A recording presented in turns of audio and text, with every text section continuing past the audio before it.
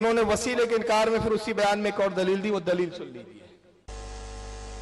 اب کوئی کہے مولانا جرجی صاحب یہ مائک کیوں لگائے ہو، تو میں یہی کہوں گا کہ دور تک آواز جائے۔ اچھا اتنے لوگوں میں تمہاری آواز بغیر مائک کے وسیلے کے نہیں جا سکتی ہے، تو اللہ تک بغیر وسیلے کے کیسے چلی جاتی؟ کہہ سکتا ہے نا؟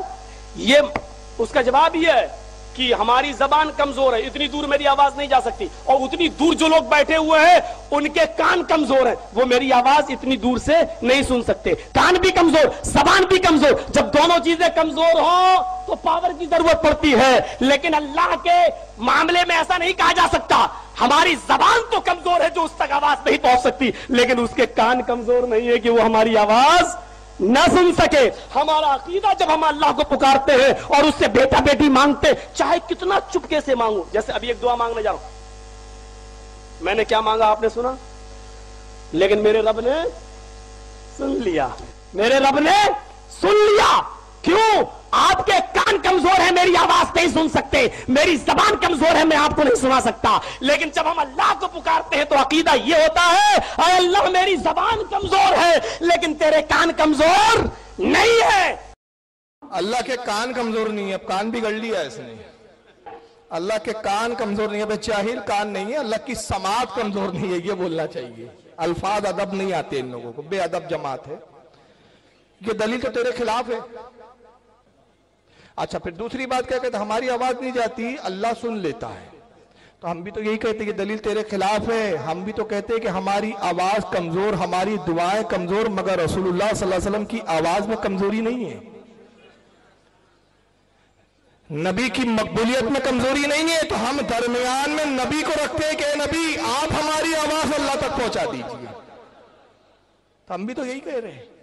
تو یہ تو دلیل تیرے خلاف ہے، تیرے فیور میں نہیں جا رہی ہے، اور اللہ جانتا ہے کہ اس کے بندوں کی آوازیں کمزور ہے، تو اس لیے اس نے فرما دیا یا ایھا الذین آمنوا اتقوا اللہ، اے ایمان والو اللہ سے ڈرو، وابتغوا الیہ الوسیلہ، مجھ تک پہنچنے کے لیے وسیلہ تلاش کر لو۔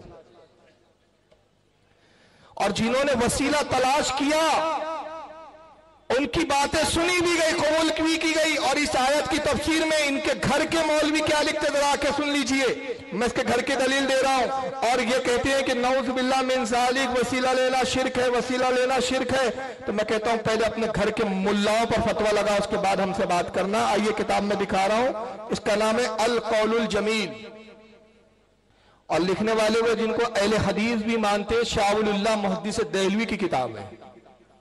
کس کی کتاب ہے؟ شاہ ولی اللہ محدث دہلوی، القول الجمیل۔ شاہ ولی اللہ صاحب صفحہ نمبر 34 پر اسی آیت کریمہ کی تفسیر کرتے لکھتے ہیں یا ایھا الذین آمنوا اتقوا اللہ وابتغوا الیہ الوسیلہ، اے ایمان والو اللہ سے ڈرو، اللہ سے ڈرو اور تلاش کرو اللہ کی طرف وسیلہ، اور جہاد کرو اس کی راہ میں تاکہ تم فلاح پاؤ۔ کہتے پہلی آیت میں وسیلے سے مراد بیت مرشد ہے۔ کیا فرمایا؟ وسیلے سے مراد کیا ہے؟ پیر و مرشد، مرشد کی بیعت کرنا، مرشد کو پیر کو وسیلہ بنانا، یہ شاہ ولی نے لکھا۔ اور اگر مرشد کی بیعت کرنا، وسیلہ بنانا شرک ہے، تو ہمت ہو تو شاہ ولی اللہ پہ فتویٰ لگا کے بتاؤ۔ چلو شاہ ولی اللہ پہ تو تم نہیں لگا پاؤں گے شاید، یا لگا دوں گے ڈیرنگ سے، بولیں گے جان دو چلتا ہے، لیکن اس پر فتویٰ لگا سکتے ہو مولوی اسماعیل دہلوی پر؟ یہ تو تمہارے غیر مقلدین کا باپ ہے، تقویۃ الایمان چھاپتے ہو اس کی تم، اور یہاں تک کہتے ہو کہ صاحب یہ اپنے وقت کے، اپنے صدی کے مجدد ہے، ان کی کتاب تقویۃ الایمان قرآن کے بعد سب سے زیادہ پڑھی جانے والی کتاب۔ صراط مستقیم، مولوی اسماعیل دہلوی کی اسی آیت کی تفسیر میں مولوی اسماعیل دہلوی نے کیا لکھا؟ صفحہ نمبر 100 کہتا ہے بے شک مرشد اللہ تعالیٰ کے رستے کا وسیلہ ہے، اور کیا لکھا پہلے؟ بے شک، اس میں شک بھی نہیں ہے، بے شک مرشد اللہ تعالیٰ کے رستے کا وسیلہ ہے۔ اللہ عز و جل نے فرمایا یا ایھا الذین آمنوا اتقوا اللہ وابتغوا الیہ الوسیلہ وجاہدوا فی سبیلہ لعلکم تفلحون، یعنی اے ایمان والو اللہ سے ڈرو اور اس کی طرف پہنچنے کے لیے وسیلہ ڈھونڈو اور اس کے رستے میں جہاد کرو